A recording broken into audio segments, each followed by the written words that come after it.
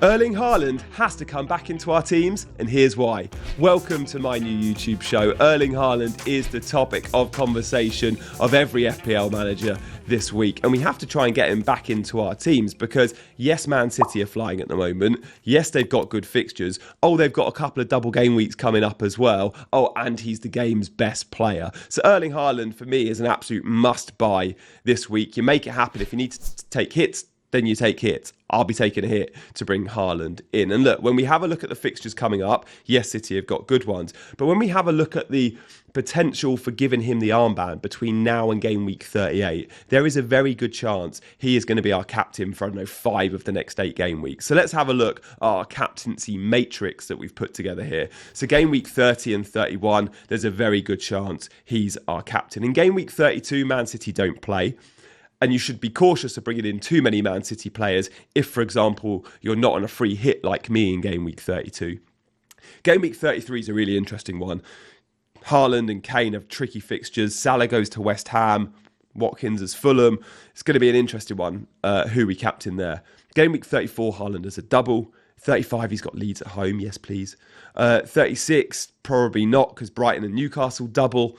In game week 37, Haaland's on a double. In game week 38, who knows who we're going to captain. So we have options, but Haaland will be that option for many of the remaining game weeks. And I mentioned the fixtures, and they are there for Man City. The only fear with bringing in Man City players at the moment is the fear of rotation because they're fighting on all fronts. I think Haaland should be good value to start most Premier League games if he's fit. But obviously, if Man City progress in the Champions League, it's more and more games. They obviously are in the FA Cup as well. I do think that semi-final against Sheffield United, though, could be a fixture in which Pep sees a couple of the big names benched and then coming on if needed. Yes, it's a Wembley game, it's a semi-final, but it is Sheffield United. And I think Pep will maybe think he can drop 1 or 2 of his big guns, knowing he plays Arsenal in the Premier League only a few days later. And then obviously the FA Cup final becomes another fixture added to that congestion if City progress. So they've got a ton of fixtures. They are a fit squad. Haaland's had a little bit of a rest with his injury. I think he's going to be ready for the run-in. We're going to be talking more about Man City later in Talking Tactics and when I address my other transfers in this game week. But let's have a look how I got on last game week. Of course, I was on a bench boost and I'm fairly happy, 130 points. It was a good green arrow, had about 50k green, which I can't complain about. I needed this week to be a good one, and it was. I didn't take the -8. I took a -4. I bought in Maddison and Bruno, and both those guys did disappoint. Now, I didn't go for the -8, as I mentioned, which was going to be Rico Henry to Kurt Zouma. That would have been a good move. I think Kurt Zouma hit around 12, 13 points. So unfortunate there. And the captaincy didn't necessarily go my way. I got a return, so I can't complain. But those that went Rashford, fair play, 24 points is useful. Those that went Matoma, again, a nice 28 pointer there. I went Solly March, and he is dodging points for fun. And I've been on this Solly March wave for a very long time. And he does get those expected numbers, but he doesn't always convert. And I think when I look at my team this week, I'll look back, and as always FPL managers do, we look back and go, what could have been? And I look back and I think I've got 2, if not 3, of the biggest points dodgers in FPL at the moment. And that is Solly March, Kai Havertz, his XG is through the roof. XGI is through the roof. And Ben Chilwell got a return in game 2, but in game 1, I think he had a goal disallowed, hit the woodwork.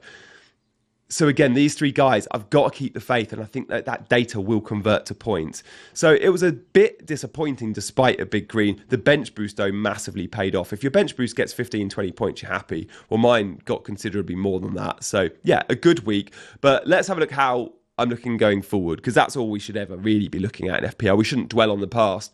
We should look forward and think about how we look. Now, a word of warning to all those managers like me that have been on a bench boost this week. It's very likely you're going to have strong benches moving forward because we've been preparing for a bench boost, which means we've got 15 good players. Now, we don't have those 3.8 million defenders and those 4.3 million forwards that we can just shove on the bench as our third sub each week. And maybe we try and get to one of those players to make it easier for us and to give more funds into our 11. But at the moment, I've still got a good bench. And this is how I'm lining up at the moment. I'm going to back Newcastle for a clean sheet. Yes, they conceded to West Ham from a set piece, and it was a bit of a Pope error. But other than that, they've looked comfortable, and they've just kept a clean sheet against United. So whilst going to Brentford isn't easy, I'm going to play my Newcastle defenders, I think, over, say, for example, Rico Henry, who's at home, but Newcastle are flying, or a Stupinan. I think I'm going to go with double Newcastle. I'm also going to bench Raya. So I'm really backing Newcastle in this fixture against Brentford. And then, again, at the moment, I've got Bruno Fernandes benched. Now, we can look here at the average position map of Bruno from his Wednesday night fixture. Now, this is typical of Bruno from the weekend as well. Against Newcastle, he was in a very similar position as he was against Brentford. We are seeing Bruno playing very deep with Casemiro out the team. And Casemiro will be back. And when Casemiro is back, Bruno will be more advanced. But Casemiro will not play against Everton. And with that in mind, do I really want Bruno in my team, knowing he's playing so deep? Now, he will still be on penalties, and that is an appeal, and maybe I change it. But March and Matoma, yes, it's a tricky fixture, but they're playing so well and Brighton are scoring goals. I think I'd be foolish to bench my Brighton mids for a DM. Effectively, that's what Bruno is. It's just the penalty appeal which is making me question it. So at the moment, this is how I'm lining up. But this team needs a 4-point hit to get Haaland in. And at the moment, I'm questioning, who do I even bring Haaland in for? Now, everyone's going to be shouting at their screens saying, Gianni loves Kai Havertz. What's he still doing in his team? Obviously, you sell Havertz for Haaland. But Tony has 3 more games. 3 more games in which, if he picks up a yellow, he's suspended for 2 games. Remember, it's the 32nd game that matters, right? So if Tony gets to the 32nd game and picks up a yellow in that game, he still has a 2-match suspension. He's got to get to the 33rd game, right? So it includes the 32nd game. He's also meant to be banned for a very long time with the betting scandal. And again, we always thought that was going to come in April.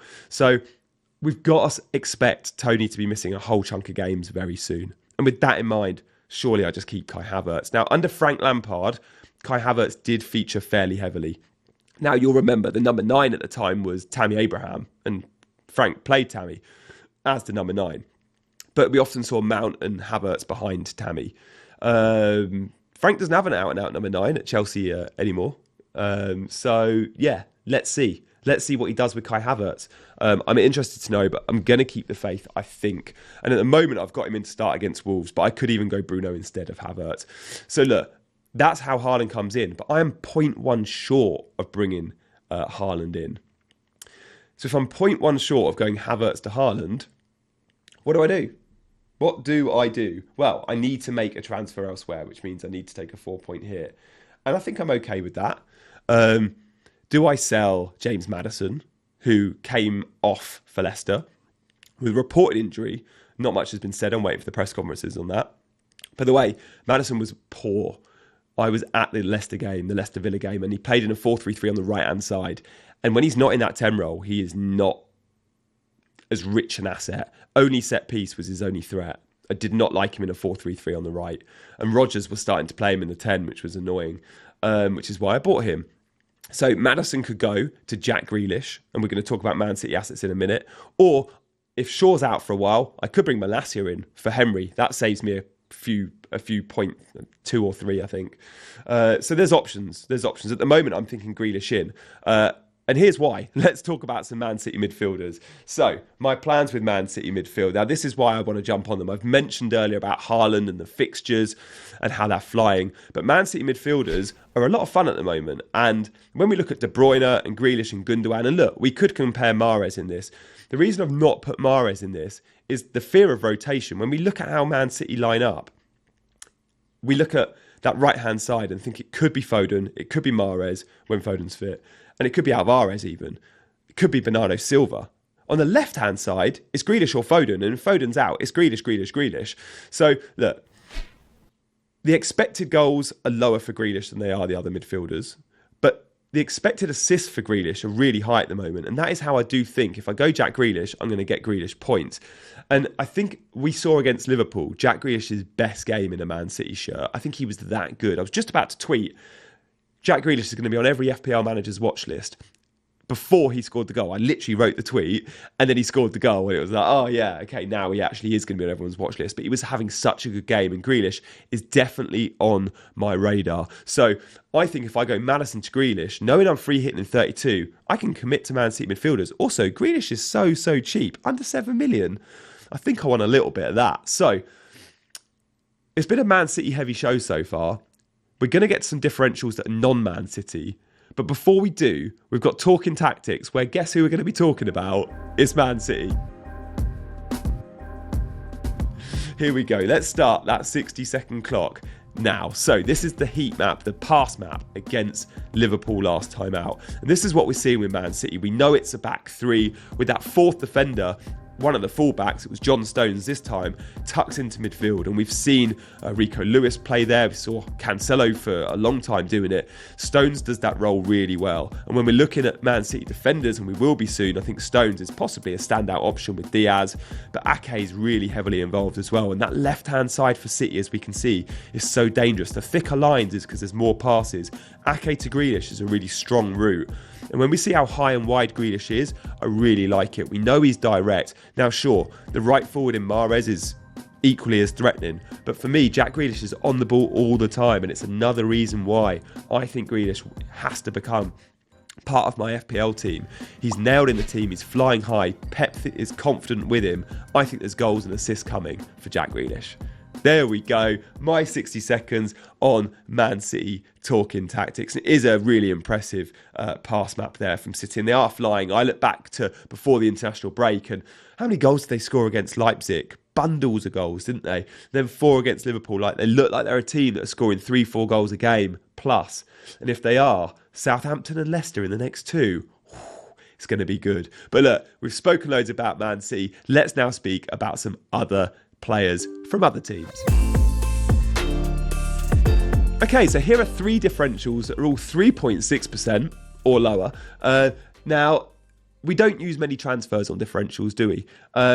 Because we don't like bringing in too many enablers, too many budget players, we like to use our transfers on premiums that are going to bring in points straight away. Erling Haaland this week, for example, we all think he's going to bring in points and deliver. We're happy using our transfers there.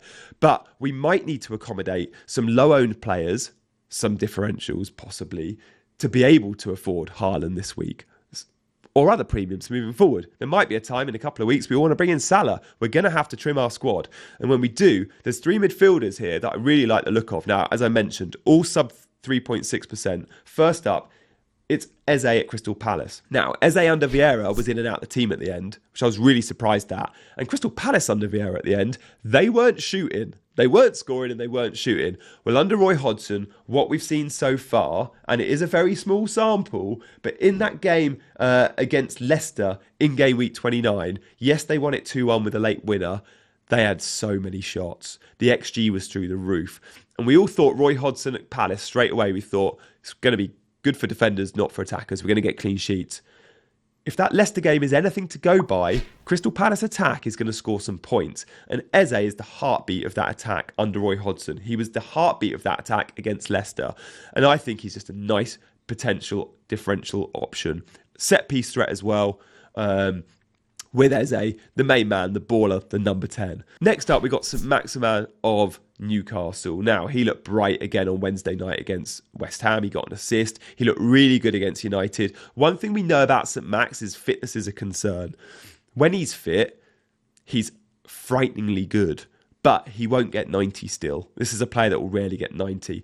I'm cool with that. At his price point, if he's getting 70 minutes and delivering, I like it. Now, remember, he's got a double coming up. He also doesn't blank. So for those of you that don't have any chips left or aren't free hitting in 32, well, Newcastle have a fixture and then they double. So again, a nice team to target if you don't have chips. So Maximum could be a really fun differential. And next up, my third differential is a player that's all about the new manager that's come in. And now that is Mason Mount. Now under Frank Lampard, Mason Mount was a bit of a favourite, both at Derby and at Chelsea, of course. We can see the numbers. Like Frank gave him tons of starts and he got good assists and good goals as well. Now I think we'll see Mason Mount often playing a little bit more advanced in kind of a front three. He'll be in one of the two roles behind the forward. And I think that will suit him, and he'll be on set pieces again. He is fit again. He's been out injured. We saw him miss the last England call-up. But Mason Mount is going to be an absolute threat. And now remember, Chelsea have some good fixtures, double game week as well. Mason Mount, I'm backing for a good run in. And I actually think Chelsea under Frank Lampard will see some points coming in. I don't think it will be a long-term appointment. We know it's a short-term appointment. I think it'll be better than Potterbull, put it that way. And we just need some goals. We know Lampard teams, over time, we've seen at Everton and we saw at Chelsea, they're not the best defensively, but I do expect them to commit numbers going forward. And with the tools he's got available at Chelsea, I'm expecting more goals under Lampard than what we saw under Potter. Therefore, Mason Mount might just be a good option. Guys, thank you so much for watching. If you've enjoyed today's show, I'd love you to hit the like button. As you may have noticed, I'm a bit under the weather this week, hence the hat and the bunged voice. So if you want to show your appreciation to the channel, do hit the like button, and of course subscribe to the channel as well. Genuinely, the only reason I'm recording today is I've missed not doing FPL content the last few days, and I was like, I want to come on and speak to you guys. I don't care how ill I am. All I've got to do is turn a camera on and chat for 15 minutes. I can do that. So I'm here speaking to you guys. I'm going back to bed in a minute. But I look forward to seeing all your comments that will help me out in the next 24 hours. So drop a comment and I'll look forward to spending a lot of time in bed on my laptop talking to you lot. So thank you for supporting me and the channel, and I'll see you next time.